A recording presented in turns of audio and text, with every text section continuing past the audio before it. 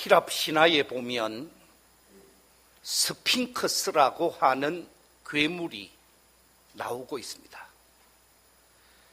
이 스핑크스라고 하는 괴물은 아주 희한하게 생긴 괴물이지요.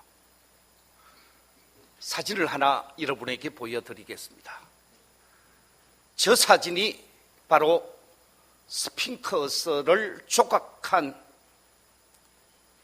조각품인데, 얼굴을 자세히 보면 남자상이 아니고 여자상입니다.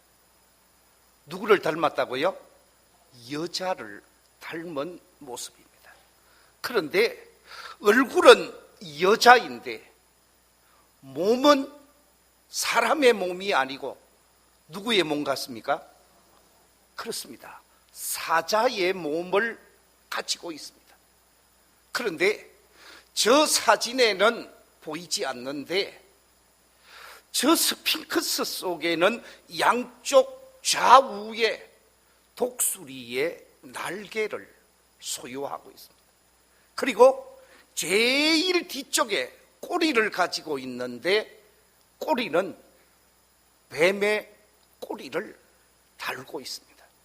그러니까 얼굴은 여자요, 몸은 사자요, 날개는 독수리요, 그 꼬리는 뱀과 같은 아주 희귀한 괴물이 신화에 등장을 하고 있다는 거죠. 이 스핑크스가 테베에 있는 바위산 입구를 장악하고 있으면서 그 바위산을 향하여 가고자 하는 사람들을 가지 못하게 하면서 거기서 다 잡아먹는 거예요. 그냥 잡아먹지 아니하고 수수께끼를 내게 되어지고 그 수수께끼를 풀면 보내주게 되어지는데 아직까지 푸는 사람이 없었다라는 거죠.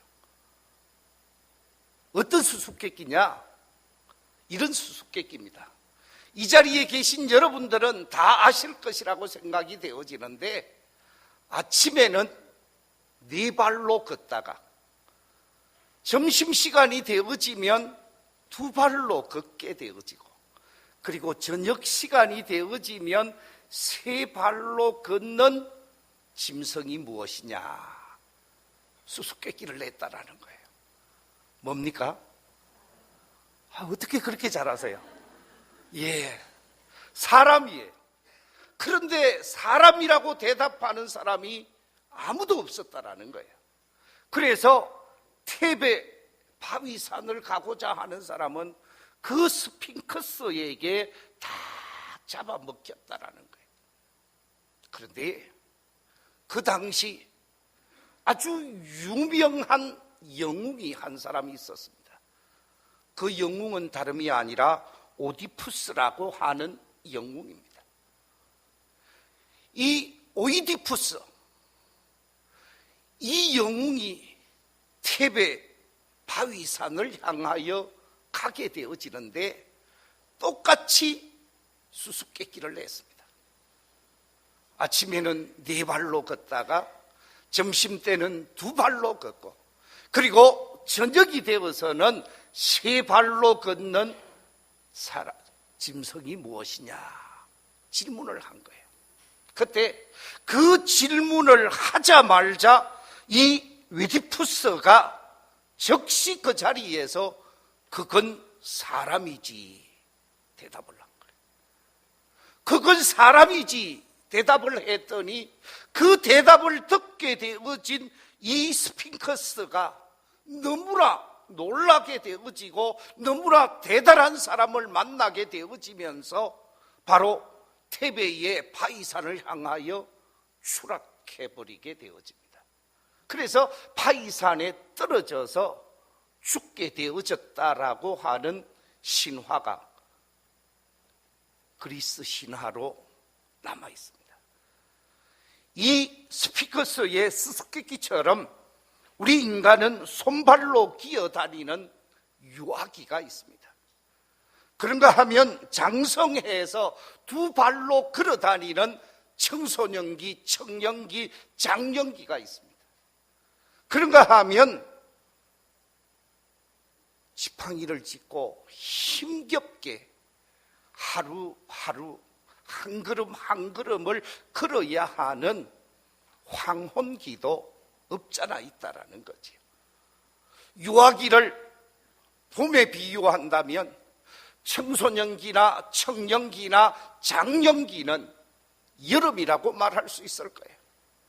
그래서 장년기 후반, 노년기 초반을 가을이라고 한다면 노년기 후반 그리고 황혼기를 우리는 인생의 겨울이라 그렇게 말할 수 있을 것입니다. 오늘 본문에 보면 우리 인생의 마지막 절기인 황혼기를 살아가고 있는, 노년기 후반 황혼기를 살아가고 있는 사도 바울이 로마의 감옥 속에서 갇혀 있으면서 쓸쓸한 겨울을 기다리고 있습니다. 이 쓸쓸한 겨울을 기다리고 있는 사도 바울은 오늘 본문의 내용을 볼 것 같으면 아주 마음에 갈등이 있는 모습을 보게 되어집니다. 마음의 괴로움이 그 속에 있음을 우리가 짐작할 수가 있다라는 것이지요. 오늘 본문 10절과 11절에 보면 이렇게 기록하고 있습니다.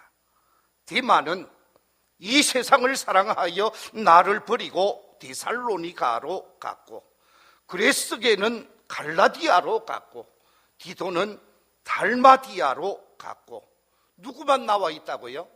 누가만 나와 함께 있느니라. 자신과 함께 있었던 사람들이 많이 있었는데 떠나가 버렸다라는 거예요. 여러분, 지금 인생 황혼기를 살아가고 있는 이 사도 바울이 젊었을 때 어떤 인생을 살았던 사람입니까? 사도 바울이야말로 대단한 인생을 살았던 사람이라고 말할 수 있을 것입니다. 그 당시 바리새인 중에 바리새인이 사도 바울이었습니다. 그는 이 세상에 태어나면서부터 로마의 시민권을 가지고 있으면서 전 세계를 마음대로 다닐 수 있는 대단한 집안에 출생한 아들이었습니다. 그러니까 금수저를 가지고 이 땅에 태어난 사람이다, 그렇게 말할 수도 있을 것입니다. 그뿐만이 아닙니다. 머리가 총명하고 머리가 대단해서 누구도 쉽게 들어갈 수 없는 가말리엘 율법학자를 통해서 율법을 배워서 최고의 율법학자가 되어진 사람이 바로 바리새인이요, 또한 그 당시 유대 사회 속에서 알아주는 사울이었습니다. 이런 사울이 하나님을 외면하고 예수 그리스도를 따르는 사람들이 나타나게 되어지는 것 같습니다. 하나님만을 믿고 의지하는 것이 아니라 예수님을 하나님이라고 믿고 따르는 그리스도인들이 출현하게 되어지자 그 그리스도인들을 제거하고 그리스도인들을 말살시키고 그리스도인들을 철저하게 핍박하기 위해서 앞장을 섰던 사람이 바로 이 사울이었습니다.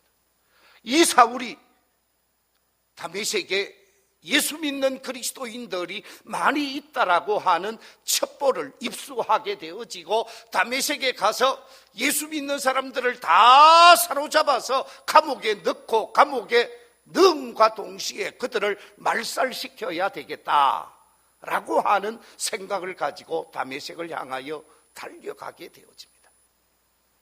다메섹 가까이 달려가면서 다메섹에 있는 모든 그리스도인들을 잡아서 저들을 어떻게 처치할 것인가를 고민하면서 다메섹을 향하여 달려가게 되어지는데, 다메섹 가까이 갔을 때에 이상한 현상이 나타나게 되어집니다. 하늘로부터 강력한 빛이 비추게 되어지고 그 강력한 빛에 의해서 본인이 쓰러질 수밖에 없습니다. 말에서 떨어져서 바닥에 쓰러지게 되어지는데 하늘로부터 음성이 들려오기 시작합니다. 사울아, 사울아, 네가 왜 나를 핍박하느냐? 누구십니까? 누구신데 내 이름을 부릅니까? 나는 네가 핍박하는 예수라. 깜짝 놀랐습니다. 하늘로부터 들려오는 음성, 하늘로부터 들려지는 하나님의 음성이 자신을 향하여 핍박한다고 하면서 네가 왜 나를 핍박하느냐고. 하나님의 음성이 주어져야 하는데 예수님이 등장하게 되어졌습니다. 그리스도인들이 강조하는 것처럼 하나님이 그리스도라고, 그리스도가 하나님이라고 하는 세상에 그리스도인들의 말을 하늘로부터 듣게 되어진 것입니다. 깜짝 놀라게 되어지면서 그 자리에서 쓰러지게 되어지고 그 자리에서 자신을 돌아보게 되어지는데 그때 깨닫게 되어집니다. 바로 하나님이 그리스도요, 예수 그리스도께서 이 땅에 하나님이 그리스도가 되셔서 이 땅에 오신 분이구나 깨닫게 되어지죠. 그래서 생각을 180도 다르게 생각하게 되어집니다. 예수를 핍박하고 예수를 박해하던 박해자 사울이 변화되어지면서 예수 그리스도를 믿고 예수 그리스도를 증거하는 증인으로 삶이 바꾸어지게 되었습니다. 예수 그리스도를 따르는 성도들을 핍박하던 사람에서 보호하는 사람으로, 대변하는 사람으로 바뀌게 되어집니다. 그뿐만이 아닙니다. 예수 그리스도인의 공동체 교회를 말살시키고 제거하는 데 앞장을 섰던 사람에서 이제는 교회를 세우고 교회 공동체를 위하여 생명을 내어놓는 사람으로 삶이 뒤바뀌어진 사람이 바로 사울입니다. 이런 사울이 예수 그리스도를 증거하고 예수 그리스도의 복음을 전하고 주님의 뜻을 펼쳐가니까 많은 사람들이 자신과 함께 하는 거예요. 동서사방에서 사도 바울과 함께 하고자 하는 사람들이 구름대처럼 몰려오게 되어집니다. 심지어 어떤 사람은 자신을 위해 죽고자 하는 사람이 있고, 어떤 사람은 자신을 위해 눈을 빼주려고 하는 사람이 있고, 어떤 사람은 자신을 위해서 자신의 전 재산을 내어놓는 사람들도 없잖아 있었습니다. 자, 여러분 성경을 한 군데 찾아보겠습니다. 갈라디아서 4장 15절 말씀, 스크린의 말씀을 같이 한번 읽어보겠습니다. 시작. 너희의 복이 지금 어디 있느냐? 내가 너희에게 정언하노니 너희가 할 수만 있었더라면 너희의 눈이라도 빼어 나에게 주었으리라. 사도 바울을 존경하고 사도 바울을 사랑했던 사람, 사도 바울을 추종했던 사람들이 눈이라도 빼어서 사도 바울에게 주고자 했다라는 거예요. 왜냐하면 사도 바울이 눈이 좋지 못했거든요. 안질이 좋지 못했거든요. 다메섹 도상에서 강력한 빛이 그에게 비추게 되어졌을 때 시력에 어려움이 있었거든요. 그래서 사도 바울에게 뭔가를 해주고자 하는 사람들이 많이 있었다라는 거예요. 그런데 시간이 지나가고 나이가 많아지고 사도 바울이 감옥에 갇히게 되어지자, 그래서 마지막 죽음이 가까이 오게 되어지자 자기와 함께 했던 사람, 자기와 마음을 나누었던 사람들이 한 사람 한 사람 떠나가게 되어집니다. 오늘 성경에 보니까 그렇게 말하고 있습니다. 데마가 자신을 배신하고 데살로니가로 가버렸다고 얘기를 합니다. 알렉산더가 자신을 대적하는 대적자로 변질되어져 버렸다고 합니다. 이처럼 함께 했던 사람, 사랑했던 사람들이 변질을 하고 대적하면서 자신의 곁을 떠나가게 되어지는데, 이런 상황 속에서 인생의 겨울을 맞이하게 되어진 사람이 사도 바울이었습니다. 여러분, 인생의 겨울을 맞이하게 되어지면 어떻게 되어집니까? 인생의 겨울을 맞이하게 되어지면 그렇게 힘있고 건강하던 팔다리가 힘을 잃게 되어집니다. 그렇게 아름답고 곱던 얼굴에 주름이 그대로 쌓이게 되어집니다. 힘이 있었고 대단한 용기와 담력을 가지고 있었던 용기도 담력도 사라지게 되어집니다. 기억력도 쇠퇴하게 되어집니다. 자신에게 있어서 그렇게 중요하게 생각했던 많은 것들이 떠나가게 되어지죠. 이런 인생의 겨울을 맞이하게 되어진 사도 바울이 겨울이 오기 전에 오늘 성경 속에 보니까 디모데를 향하여 디모데야 내가 속히 오너라. 겨울이 오기 전에 디모데를 향하여 내가 빨리 오라고 하는 부름의 말씀이 오늘 이 본문 속에 기록이 되어져 있습니다.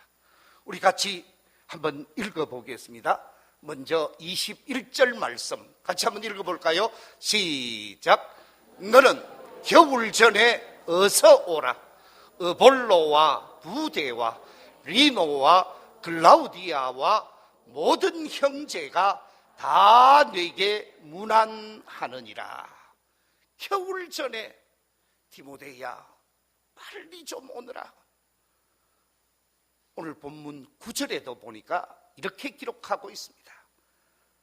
너는 어서 속히 내게로 오라. 여러분, 어서라는 말하고 속히라는 말하고 같은 말이에요? 다른 말이에요? 의미는 똑같은 말이에요. 그런데 무엇을 강조하기 위해서? 빨리 오는 것을 강조하기 위해서 어서 오너라, 속히 오너라, 좀 빨리 오너라, 그렇게 말하고 있습니다. 무슨 얘기입니까?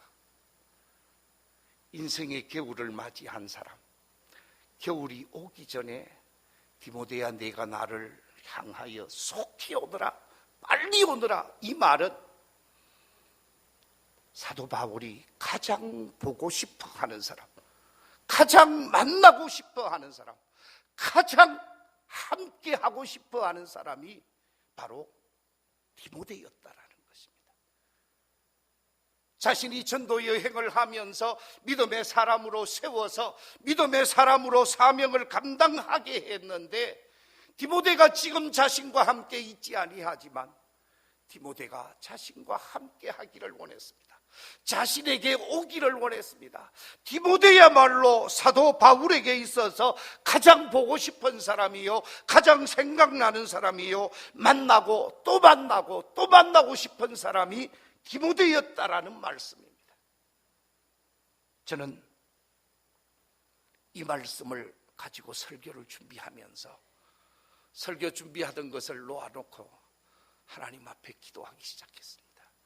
하나님, 우리 밀양교회를 섬기는 모든 성도들이 디모데와 같은 사람이 되게 해 주십시오. 디모데와 같이 보고 싶은 사람이 되게 하시고, 만나고 싶은 사람이 되게 하시고, 사랑하는 사람이 되게 하여 주시옵소서. 기도하고 다시 설교를 준비했습니다. 제가 1980년 야간신학교를 입학했다고 말씀을 드렸습니다. 1980년 신학교에 입학해서 신학을 공부하기 시작하고 1981년 전도사로 사역을 했습니다. 군대 가기 전 1년 반 전도사로 사역을 했고, 군대 갔다 왔더니 군대 제대하기도 전에 전도사로 사역했던 그곳에서 다시 전도사로 오느라고. 그래서 제대하고 나서 그 교회에 가서 결혼하고 결혼할 때까지 그곳에서 교육전도사로 약 6년 이상을 한 교회에 있었습니다. 그리고 난 다음에 신학을 마치고 전임전도사, 부목사로 한 교회에 6년 있었습니다. 그리고 난 다음에 담임 목사로 부름을 받아서 35살에 담임 목사로 나가서 한 교회 12년 있다가 보니까 교회 건축하고 행복하게 목회하게 되어졌는데, 더 이상 여기 있으면 내가 루저해지겠구나, 잘못되겠구나 하는 생각이 들어서 하나님 저를 다른 곳으로 갈 수 있게 해 주십시오 기도하는데, 제가 있었던 세장성포 교회에서 담임 목사로 요청을 하는 거예요. 그래서 3개월 연기해서 그 교회 가게 되어졌죠. 우리 교회까지 담임 목사 3곳을 지금 하고 있습니다. 한 교회 12년, 한 교회 13년. 이제 우리 교회에서 목회를 마칠 수 있을 것이라고 생각을 하는데, 여러분 제가 얼마나 많은 사람들을 만났겠습니까? 제가 교육전도사 했던 교회도 작은 교회가 아닙니다. 부목사를 했던 교회도 작은 교회가 아닙니다. 제가 처음 목회를 했던 교회도 그렇게 작은 교회가 아닙니다. 많은 교인들, 많은 성도들을 만나고 그들과 함께 믿음 생활을 하면서 전체 수천 명의 성도들이 되어질 터인데, 그분들을 생각하면서 지금 하나님 앞에 기도하면서 늘 생각나는 사람이 있습니다. 만나고 싶은 사람이 있습니다. 보고 싶은 사람이 있습니다. 그 가운데 한 분이 우리 밀양교회를 담임하셨던 강주선 목사님이십니다. 1951년 9월 4일 우리 교회에 부임했더라고요. 그 어른은 제게 세례를 주신 분이고, 제게 세례를 주셨을 뿐만 아니라 신학을 할 수 있도록 인도해 주신 분이 강주선 목사님이십니다. 그래서 그 어른이 참 그리워질 때가 없잖아 있었습니다. 목회를 40여 년 가까이 해오면서 제가 보고 싶은 사람, 만나고 싶은 사람, 그리운 사람이 많이 있지요. 그런데 저는 목사이기 때문에, 저는 착한 사람이기 때문에, 저는 거룩한 사람이기 때문에 미워하는 사람이 아무도 없을 것 같지요? 왜 웃으세요? 그렇지 않아요. 저도 여러분과 똑같습니다. 화도 낼 줄 알고요, 욕도 할 줄 알고요, 나쁜 소리도 할 줄 안다니까요. 보기 싫은 사람도 없잖아 있다라는 거예요. 만나고 싶지 않은 사람도 없잖아 있다라는 거예요. 그런데 사도 바울에게 있어서, 사도 바울이 정말로 보고 싶어하는 사람, 만나고 싶어하는 사람, 만나고 또 만나고 싶어하는 사람이 디모데였다라는 사실입니다. 이 자리에 계신 우리 모든 성도들이 자신을 만나기를 원하는 사람, 헤어진 친구가, 헤어진 주의 종들이, 헤어진 하나님의 사람들이, 헤어진 선생님이 만나기를 원하는 사람 되시기를 우리 주님의 이름으로 축원합니다. 보고 싶지 않는 사람 되지 마시기 바랍니다. 다시금 쳐다보고 싶지 않은 사람이 된다고 하면 그 사람은 신앙생활을 바르게 하는 사람이 아닐 것입니다. 헤어져도 친구와 헤어지고, 교역자와 헤어지고, 이웃과 헤어져도 다시금 만나보고 싶은 사람, 그리워지는 사람, 그래서 그와 함께 밤을 지새고 싶은 사람, 그 사람이 좋은 신앙이요, 그 사람이 하나님이 기뻐하는 사람이요, 그 사람이 우리 주님이 기뻐하는 사람이라는 사실입니다. 이 자리에 계신 우리 모든 성도들이 진정 만나고 사랑하고픈 사람들이 되시기를 우리 주님의 이름으로 축원합니다. 기도하는 사람, 말씀으로 사는 사람, 하나님의 말씀대로 섬기고 사랑하는 사람, 그들은 만나고 싶은 사람이 될 수밖에 없어요. 사랑하고 싶은 사람이 될 수밖에 없습니다.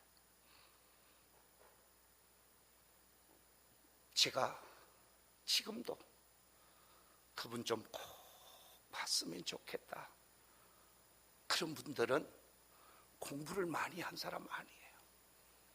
대단한 부를 가지고 있는 사람도 아니에요. 하나님의 교회 속에서 남모르게 기도하면서 묵묵히 사명을 감당하며 연약한 자를 세워주고 연약한 자에게 위로하고 격려하는 사람, 그런 사람들이 보고 싶은 사람이고 함께 하고 싶은 사람이라는 것이죠. 여러분, 그리스도인은 보고 싶은 사람이 되어야 돼요. 함께 하고 싶은 사람이 되어야 돼요. 그래서 찾아오는 사람이 되어야 돼요. 그 사람을 향하여 아무도 찾아오지 않는다, 그 사람 인생 잘못 산 사람이에요. 그 사람의 사무실에, 그 사람의 집에 손님이 끊어지지 않는다, 그 사람 인생 아름답게 산 사람이요, 하나님이 기뻐하는 인생을 사는 사람입니다. 이 자리에 계신 우리 모든 믿음의 가족들이 여러분을 보고 싶어하고 여러분의 집에 찾아오고 여러분이 만나기를 원하는 아름다운 인생, 하나님이 기뻐하는 인생을 살게 되는 디모데와 같은 주의 사람들이 되시기를 우리 주님의 이름으로 축원합니다. 두 번째, 오늘 이 본문 속에서 겨울이 오기 전에 사도 바울이 디모데를 향하여 부탁하는 부탁이 하나 있습니다. 어떤 부탁입니까? 우리 11절 말씀 같이 한번 읽어보겠습니다. 시작. 누가만 나와 함께 있느니라. 네가 올 때에 마가를 데리고 오라. 그가 나의 일에 유익하니라. 겨울이 오기 전에 네가 내게 속히 오되 혼자 오지 말고 누구를 데리고 오라고요? 마가를 데리고 오너라. 마가를 데리고 오라는 거예요. 여러분, 마가가 어떤 사람입니까?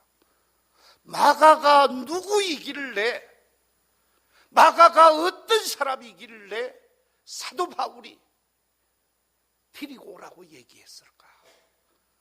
마가가 어떤 사람인가를 우리가 확인해 보면 사도 바울이 1차 전도 여행을 가게 되어지죠.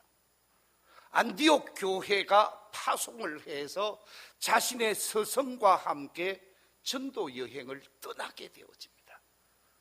서성과 함께 전도 여행을 떠나가게 되어질 때에 바나바의 조카 마가를 데리고 1차 전도 여행을 하게 되어집니다. 그런데 1차 전도 여행을 하다가 그만 마음에 안 들었던지 문제가 있었던지 마가가 전도 여행 도중에 돌아가 버립니다. 그리고 사도 바울과 바나바가 1차 전도 여행을 마치고 돌아오게 되어지지요. 2차 전도 여행을 가려고 합니다. 2차 전도 여행을 가려고 하는데 사도 바울과 함께 바나바가 같이 전도 여행을 가고자 하는데 또 누구를 데리고 가려고 그래요? 마가를 데리고 가려고 하는 거예요. 바나바가, 자기 스승 바나바가 마가를 데리고 가려고 하니까 선생님, 얘는 안 됩니다. 1차 전도 여행을 갔을 때 얘가 한 행동을 아시지 않습니까? 어떻게 1차 전도 여행을 하다가 돌아가 버린 사람을 다시금 데리고 가려고 합니까? 이 사람 안 됩니다. 거부를 했습니다.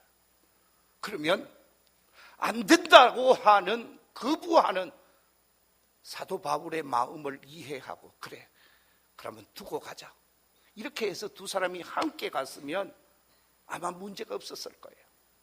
그런데 자신의 스승 바나바가 뭐라고 얘기를 합니까? 그래, 그러면 너는 네 갈 길을 가거라. 나는 내 조카 마가를 데리고 전도 여행을 가겠다. 그러면서 2차 전도 여행 때 그만 두 사람이 헤어져 버립니다. 두 사람이 헤어지고 난 다음 오랜 세월이 지나고 2차, 3차 마지막 로마에 가 있으면서 사도 바울이 지난 과거를 돌아보면서 내가 잘못했구나. 내 스승이요, 내 후원자요, 나를 오늘날 여기까지 인도하는데 중요한 역할을 했던 바나바의 말을 기억하고 마가를 배척한 것이 내 잘못이구나 하는 사실을 깨닫게 되어집니다. 마지막 하나님의 부르심을 받기 전에 디모데를 향하여 마가를 데리고 오도록 하고 그 마가와 화해하기 위해서, 그 마가와 하나 되기 위해서, 마가에게 막힌 담이 있어서 그동안 힘든 부분이 없잖아 있었는데 마가와 하나 되고 화해하고 용서하고 사랑하면서 얽혀있는 문제를 풀기 위해서 마가를 데리고 오도록 했고, 그 마가를 데리고 옴과 동시에 두 사람이 용서하고 화해하고 하나 되는 공동체를 이루었다라는 것이죠. 여기에 중요한 교훈이 하나 있습니다. 인생의 겨울이 지나고 하나님 앞에 가기 전, 혹 이 자리에 계신 우리 성도님들 가운데 미워하는 사람이 있지 않습니까? 내가 정죄하고 내가 미워하면서 쳐다보고 싶지 않은 사람이 혹 있지 않습니까? 그 사람에게 손을 내밀 수 있는 믿음의 사람이 되십시오. 먼저 손 내밀어 화해를 청하고, 먼저 손 내밀어서 용서를 구하고, 먼저 손 내밀어서 용서하는 하나님의 사람들이 되시기를 우리 주님의 이름으로 축원합니다. 그렇습니다. 믿음의 사람은 손 내밀어 화해하는 사람이요, 손 내밀어 용서하는 사람이요, 손 내밀어 사랑하는 사람이 우리 주님을 본받는 사람이요, 우리 주님의 사랑에 사로잡힌 사람이요, 우리 주님의 용서의 은혜를 체험한 사람입니다. 용서하지 않는다고 하면 그 사람의 신앙은 잘못되어진 신앙이라고 말할 수 있습니다. 사도 베드로가 스승 예수님에게 질문을 합니다. 선생님, 형제가 죄를 범하고 잘못을 저지르고 문제 있는 행동을 했을 때 제가 몇 번 정도 용서하면 되겠습니까? 한 7번 정도 용서하면 되겠습니까? 질문을 했습니다. 그때 예수님께서 뭐라고 얘기하십니까? 7번 아니야, 70번씩 7번이라도 뭐 할지니라? 용서할지니라. 그렇습니다. 우리는 용서할 자격이 있는 사람이고 용서해야 하는 사람들입니다.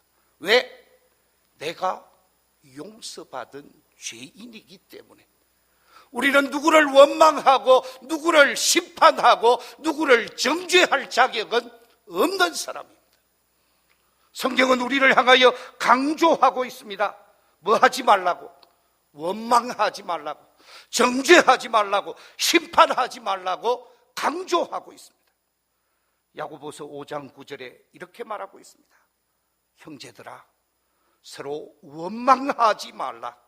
그리하여야 심판을 뭐 하리라? 면하리라. 심판을 면하는 길, 원망하지 않는 길이라는 거예요. 사랑하는 성도 여러분, 우리를 향하여 하나님은 강조하고 있습니다. 용서할 자 용서하고, 화해할 자 화해하고, 손잡을 자 손잡으라고. 혹 며느님과 시어머님 사이, 남편과 아내 사이, 아들과 부모 사이에 마음이 나누어져 있지 않습니까? 이번 성탄절이 다가기 전에 용서의 주로, 구원의 주로, 생명의 주로 이 땅에 오신 우리 주님 앞에서 용서하고 화해하고 하나 되어지는 복된 삶이 저와 여러분에게 있기를 우리 주님의 이름으로 축원합니다.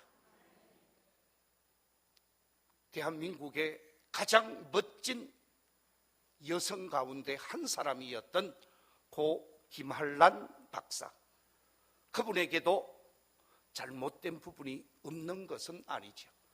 그래서 김한란 박사를 사람들이 책망하고 김한란 박사를 정죄하는 사람들도 많이 있었습니다.